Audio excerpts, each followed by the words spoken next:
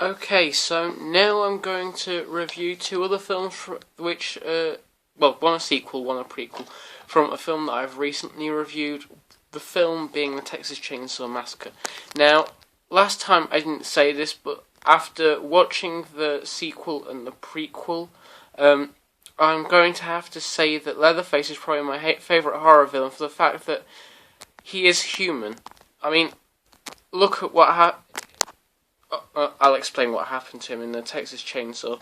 But once you see that he is human and he can easily be killed. Unlike the likes of Freddy, Jason, Michael Myers, all of them who just keep going back and back and back no matter how many times you kill them. So let's go for the prequel, Texas Chainsaw Massacre, the beginning. Now, for some reason this film gets a fair bit of hate. It's probably because it's a prequel and it was nearly 30 years since the original was out that they decided to make a prequel for it. But I think it's genius.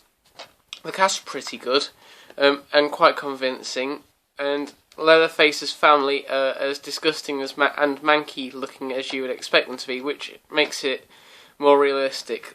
Now, obviously, Leatherface, if you don't know who he is, he's the chainsaw-wielding maniac from the Texas Chainsaw Massacre films. It's quite shocking, really, how this one ends, because I'm going to go on quote now and say that horror films where everyone dies at the end and the villain kills them all are probably the better ones because they're more realistic, such as the Final Destination films. The heroes never escape from them. Well, they do, but death still catches up with them later on. So, everyone dies in this film, everyone, which makes it more fun because it's what you would expect from a horror film. I mean, if you're going to try and scare people, don't show that people get away. Kill them. Very bloody, very gory, very violent, and it explains the family in the Texas Chainsaw Massacre. It explains how Leatherface became Leatherface, and it just shows how sadistic that he is as a character and his family are. Very unusual concept, this film, because it's set before the Vietnam War, and every time that, it's set, the family kidnap one female and two males. The two males are going to the Vietnam War, and so they start punishing them and all this stuff.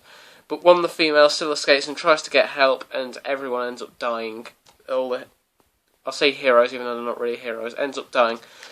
Brilliant film. I'd probably have to give it a 9 out of 10 for the fact that the ending is what a horror film should be. It's gory, it's violent, and it's shocking all the way through, and it's an extremely fun watch, even though people say that it's not that good.